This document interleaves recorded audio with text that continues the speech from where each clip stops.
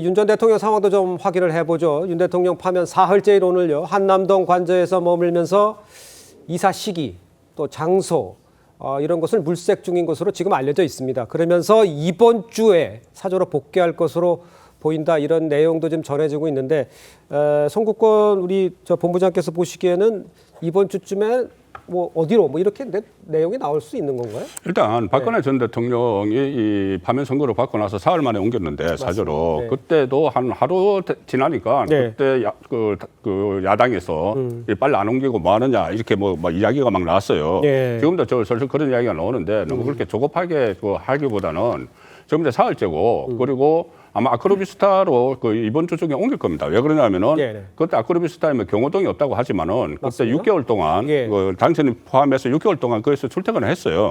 그래서 경호 시스템은 그 경호망은 다 갖춰져 있을 것이고 네네. 그리고 지금 당장 제3의 장소로 가기에는 어떤 경호동 설치나 이런 다른 문제가 있으니까 네네. 일단 제가 예상하기로는 이번 주 중에는 이번 주 초반쯤 옮길 겁니다. 이번 예. 주 초반쯤에 아크로비스타로 옮겨서 거기서 당분간 머물다가 제3의 장소로 물색을 해야 돼요. 거기서 계속 주민들의 불편이 있기 때문에 예. 그 일단 아크로비스타로 갔다가 다른 장소를 또 물색을 하고 거기에 또 경호동도 설치를 해야 되고 예. 또 뭐 어떤 주택을 구입을 한다면은 이것도 안에 수리를 또 해야 되고 하니까는 그런 예. 절차를 통해서 이렇게 뭐 앞으로 밟아 나갈 거니까 그 정치권에서 너무 이렇게 몰아치지 않았으면 좋겠다는 생각입니다.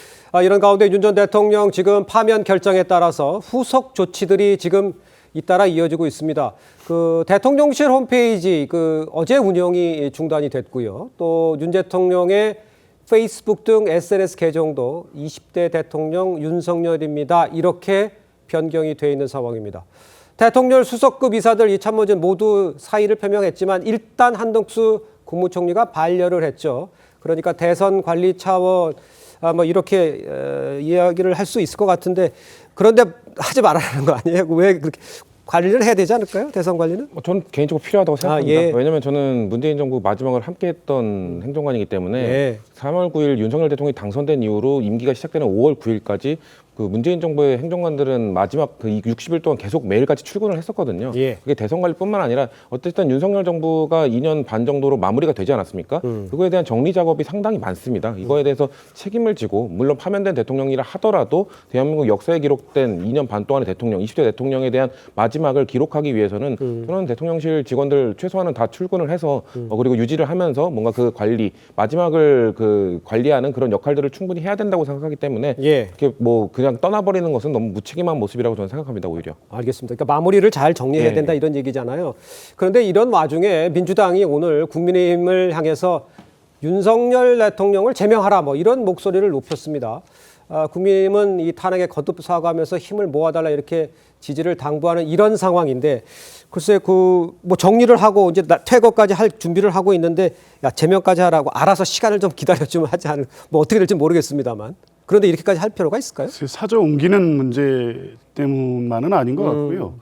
엊그저께 파면 선고 이후에 국민의힘에 보이는 태도가 과연 이번에 죄송합니다. 네. 비상계엄 내란을 초래한 책임에 대해서 일말의 책임을 인정하고 있는 것인가 의문을 가질 수밖에 없는 거죠. 그에 예. 대통령과의 관계 설정 문제도 있고 그리고 그 뒤에 연이어 내놓는 지도부의 입장이 책임을 통감한다고 하면서도 의회 폭거를 막지 못한 것에 대한 국민적 사과를 하고 그리고 대통령을 만난 자리에서 대선 승리에 대한 얘기를 나눕니다. 그리고 나경원 의원 같은 경우도 가서 뭐 어떤 대화를 구체적으로 나누는지는 모르겠습니다만 이런 식으로 관저에서 지도부를 만날 수 있습니다. 서로 위로하고 뭐 그럴 수는 있지만 정치 관련 메시지가 대통령과 이렇게 주고받는 것을 국민들이 어떻게 받아들이겠습니까? 그리고 네. 국민의힘도 책임을 통감한다고 했으면 적어도 이번 선거 과정에서 적어도 어제 오늘 이틀은 국민들께 사과하고 자중하는 모습을 보여야지 민주당 공격을 계속하고 있다면 예. 과연 이번 비상계엄 내란에 대한 헌법재판소의 이 엄중한 이 결정에도 불구하고 과연 그 책임을 조금이라도 느끼고 있나? 그렇다면 그걸 분명히 하기 위해서라도 윤석열 대통령과의 관계를 정리해라 라는 제안을 하는 거죠. 사실 그런 방식으로 가는 것이 선거 전략상 민주당에게 뭐 도움이 안 될 건 없습니다. 그러나 국민들 보기에 과연 이런 방식으로 대선이 치러질 경우에 여전히 오늘 윤석열 대통령 국민 변호인단에 대해서 여러분과 함께 하겠다는 메시지를 냈습니다. 그 메시지가 어떻게 전달이 되겠습니까? 대선 과정에서 여전히 윤석열 대통령을 지지했던 분들이 거리로 나오거나 선거 과정에 개입해서 여러 가지 행위를 할 경우 이게 과연 정상적으로 민주주의를 회복해가는 선거가 될 수 있겠냐 이런 문제 제기를 할 수밖에 없는 겁니다.